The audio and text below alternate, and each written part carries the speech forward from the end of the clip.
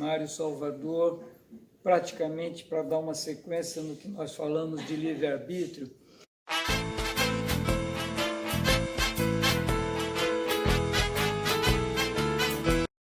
E eu tenho muita história para contar, eu sou do século passado, né? Já entrei nesse século. Outro dia eu vi uma historinha muito bacana sobre o século passado e sobre o comportamento do século atual. No século passado nós caminhávamos na vertical, nós olhávamos para cima, obedecer nossos pais, os professores, para ouvir tudo que nos era dito. E neste século, até por força da pandemia, as coisas mudaram. Nós passamos... Os nascidos em 21 já estão na horizontal. Todo mundo que veio de 2000 para cá está na horizontal.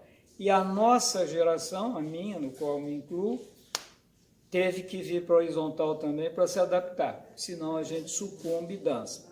Mas essa história de livre-arbítrio que eu vou contar para vocês pode acontecer nos dias atuais, por isso que eu tomo a liberdade, porque é uma experiência que eu tive, né, das minhas fases cariocas de representação comercial, e é absolutamente livre-arbítrio puro.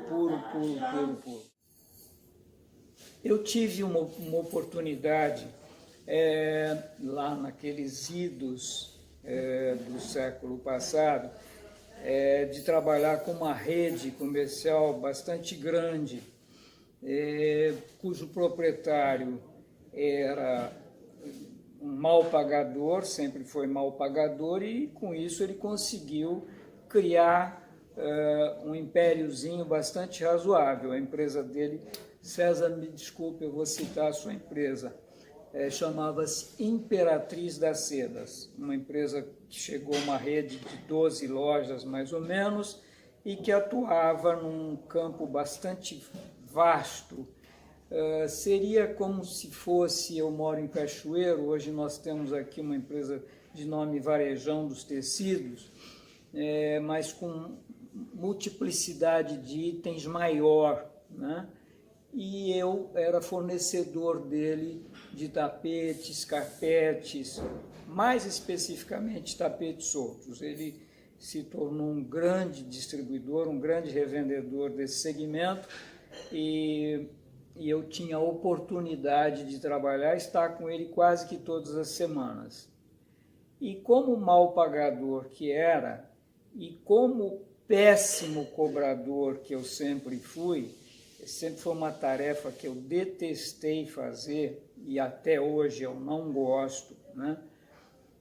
Se eu dependesse desse tipo de trabalho, de cobrar devedores, realmente eu teria muita dificuldade em sobrevida, que é uma atividade que eu não gosto. Mas ali não tínhamos outra alternativa.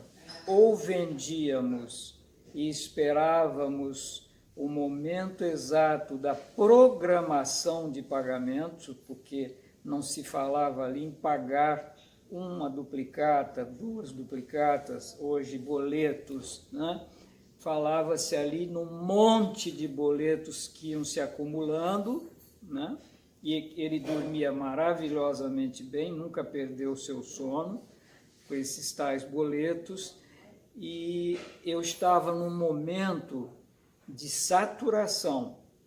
Nós frequentávamos a sala que antecedia a sala dele, eu e um monte de representantes, e todos ali basicamente fazendo a mesma coisa, cobrar, tentar fazer a chamada programação de pagamentos, que ele eventualmente fazia a seu bel prazer, pensando qual o fornecedor dele, que naquele momento era mais imprescindível para ele. Então, ele deitava e rolava, e você ficava ali à mercê de ser o próximo em importância para ele poder fazer uma programação. E a gente foi fazendo, era um amigo que eu tinha, sempre tivemos muita amizade. ele me deu uma oportunidade, depois de muitas idas e vindas, isso era um final de ano, ele me passou uma programação de cheques e disse a mim, não entregue isso em São Paulo, a gente vai se comunicando, foi um período de Natal e Ano Novo, a gente vai se comunicando e eu espero a minha autorização para você deixar esses cheques lá. Passou o Natal, passou o Ano Novo, eu tive que voltar com os cheques para o Rio de Janeiro e recomeçar toda a minha novela de programação desses pagamentos. Até que numa determinada semana estávamos em mais de 20 profissionais ali aguardando atendimento e um colega, um desses 20 profissionais, ele atuou como um diabinho assim e disse, Mário, por que você já foi ao banco para ver se esse saldo existe? Se ele tem esse dinheiro no banco? Eu disse, não. Ele disse, por que você não vai? De repente você tem, se o dinheiro está lá disponível, você pega os cheques, desconta tudo, resolve o seu problema e, enfim. Se você quiser, eu vou com você até lá. Até essa boa vontade, esse livre-arbítrio de me acompanhar, esse colega de profissão teve, e lá fomos nós, livre-arbítrio total, para o banco, e para minha surpresa, ele tinha exatos, praticamente o dinheiro que ele nos devia.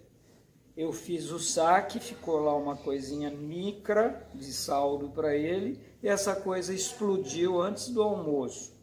Eu fui visto por um funcionário dele, que era assim o coringa dele, sabia de tudo, acompanhava tudo, estava no banco e assistiu toda a movimentação.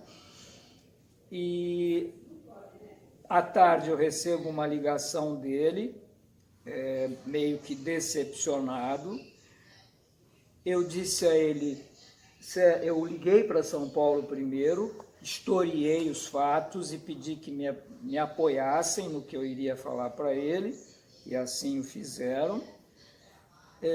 Eu disse a ele, César, infelizmente eu perdi o comando sobre isso, eu não tive como deixar de fazer, fui instruído pela diretoria financeira da empresa e assim fizemos e assim resolvemos o nosso problema. Você ficou lá com um problema, mas nós resolvemos o nosso.